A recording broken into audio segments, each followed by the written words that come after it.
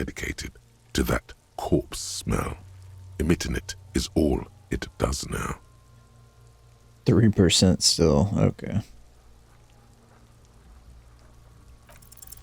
As you breathe in, Oh, the double odor sixes. comes over you. Nice. It's a smell of the mind telling you to run, and your stomach to wring itself empty.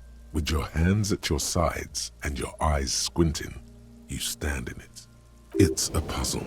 What's hanging in front of you is a puzzle of decaying flesh, tattoos, and tendons. Do they always do that? They do after 7 days, yes. We are deep in decomposition here. Step closer. The man before you is naked, but for a pair of underpants and enamel boots. His skin is greenish, marbled with decaying veins, and blotched by lividity. A fading web of tattoos covers his chest and shoulders. The cargo belt used to fasten him to the branch above appears industrial in strength. Inspect the boots. The material appears to be ceramic. Its clean white stands in stark contrast to the decaying flesh above the knee. The man wore thick polymer socks, probably for padding. A fine array of interlocking plates covers them. Delicate and fragile, they feel alien to the world around you, out of place somehow. These are clearly not boots. They're armor, possibly part of a larger set. These aren't just boots, are they? This is the armor he was stripped of. Indeed. Technically speaking, these are sabatons, not boots. What kind of armor is this exactly? Ceramic plate. Zirconium dioxide, most likely. This is where the make would be. Where? Under the heel. Fair weather. Fair weather model T500 VE. I'm guessing that's vitreous enamel. This is advanced stuff. Knock on the boot. A small bell-like sound fills the air, like tapping on the side of a porcelain cup. Sounds fragile. It's anything but. This material is a kinetic redistributor. It spreads kinetic energy horizontally, from plate to plate, dissipating it entirely. See?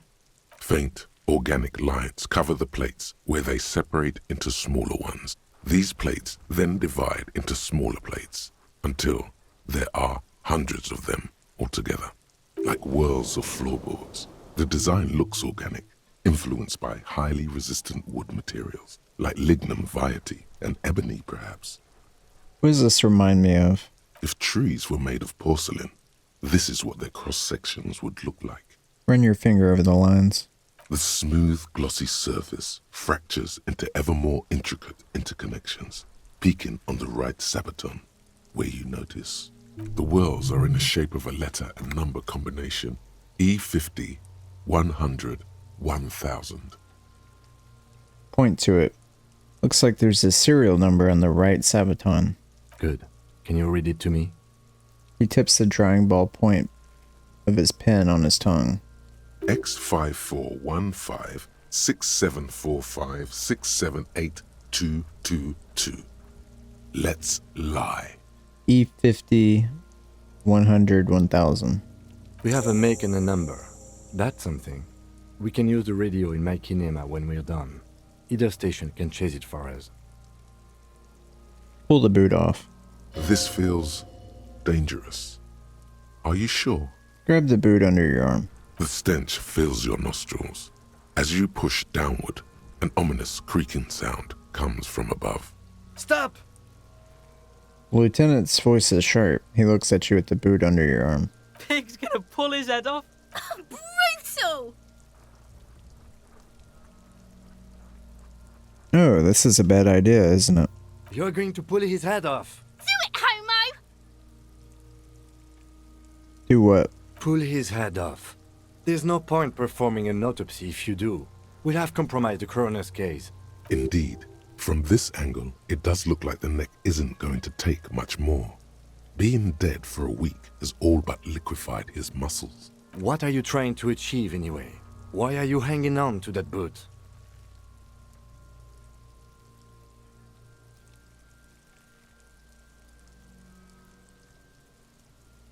This is advanced enemy technology. We should conduct research into their weaknesses. This is not the enemy. This is the deceased, the victim, in a murder investigation. You're right, that makes sense. Better safe than sorry.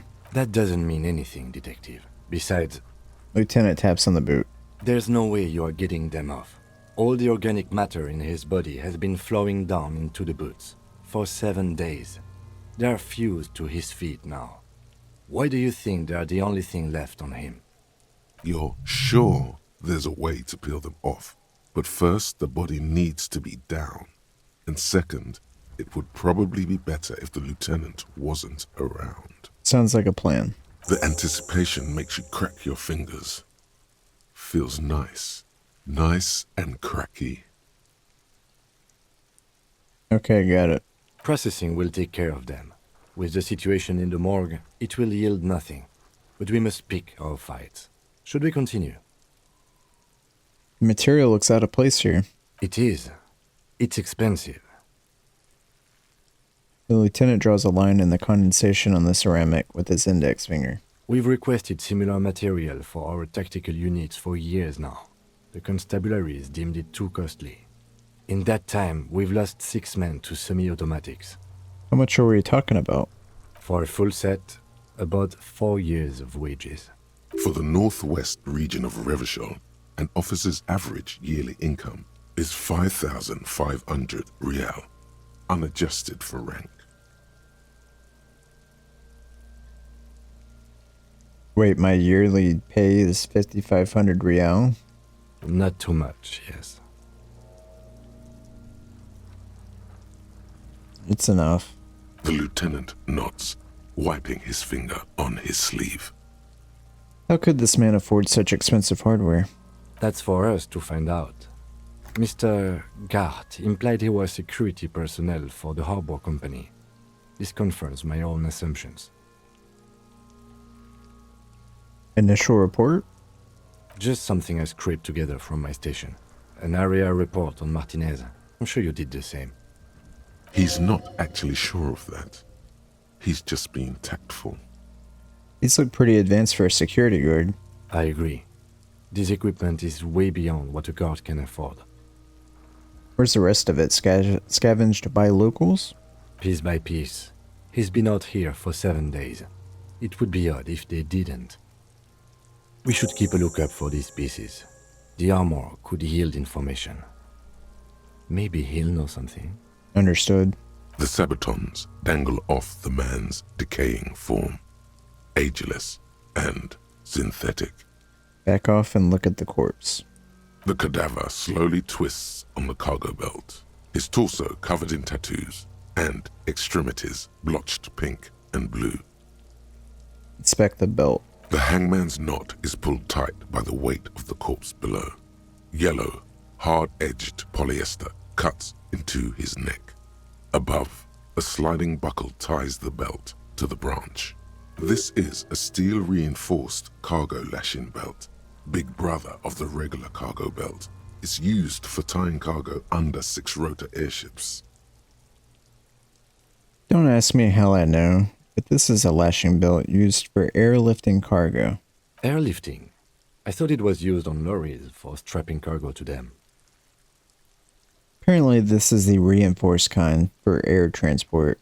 My brain tells me so. The local harbor uses 6 rotors to shuffle containers around. I get the sense they use whatever was on hand without paying much attention to not incriminating themselves. I sure wanted them to stay up there. The rope is reinforced with steel wiring. I was afraid it would be. Thin steel wiring, parallel strands. This makes getting him down more problematic than I had assumed. How did they even get him up here? A noose is one of those things that's easier to use one way around. He points to the buckle tying the belt to the branch above. I think they lassoed the branch, then pulled on the belt. Buckle closes. It's what I would do. Seems easier than climbing out there. Could be. The shape of the branch supports the theory. We're assuming dock workers from the harbor did it? I'm still approaching this as a lynching, yes. Motivated by the ongoing strike. You? I feel like it was something else. Yes. It often is. This bed worries me. Back off and look at the corpse. The cadaver hangs from the cargo belt, limbs limp and torso covered in tattoos. Inspect the tattoos. An intricate web of blue lines stretches across the torso, from the right shoulder to the solar plexus. Each time they intersect, a small white star is formed in their crossing. Hundreds of fading asterisks riddle his skin. Their concentration is highest around his heart. His corpse is marked by stars. What will mine be marked by? Alcohol and heartbreak. Is this a national pattern? Of no nation that I know of. If anything, it reminds me of religious illumination, last or penultimate century. Men who live harsh lives often turn to innocentic worship. But which one? I see no trace of a humanoid figure. We're missing something here. I agree. A sudden ring fills the air as the lieutenant pulls down the zipper of his orange jacket. He takes a thin piece of milled aluminium from his coat pocket and pulls it open. Sounds like a sword being unsheathed. A small lens appears, some sort of camera. Let the lieutenant work. Shit, Kuno! What the fuck is that? An instant color camera. He produces two metal-capped ampoules and clicks them into place on the side of the apparatus. A thin slot shines there. I have only 2 ampoules, so nobody move. I don't want to waste one. He points the camera at the corpse, peering into it. The lens needs adjusting. Then, A sound, a shrill flash, followed by the breaking of a small ampoule of glass. You see streams of color pour onto the thick, glossy piece of paper, rolling out. In case we need it. cool machine. The lieutenant says and shakes the paper, letting it dry in the cold wind. On it, a color-perfect copy of the dead man's tattooed chest. Cool machine. Yes, it is pretty cool, isn't it? What do we need this photo for? It contains insight to the victim's person. By his build, I'd say this was a man of physical violence. The story he wanted his body to tell was important to him. It is his letter, to us. Someone should decipher it. We'll need to show it around. Can I have it? I should look at it later, without the corpse smell. Sure, just don't lose it.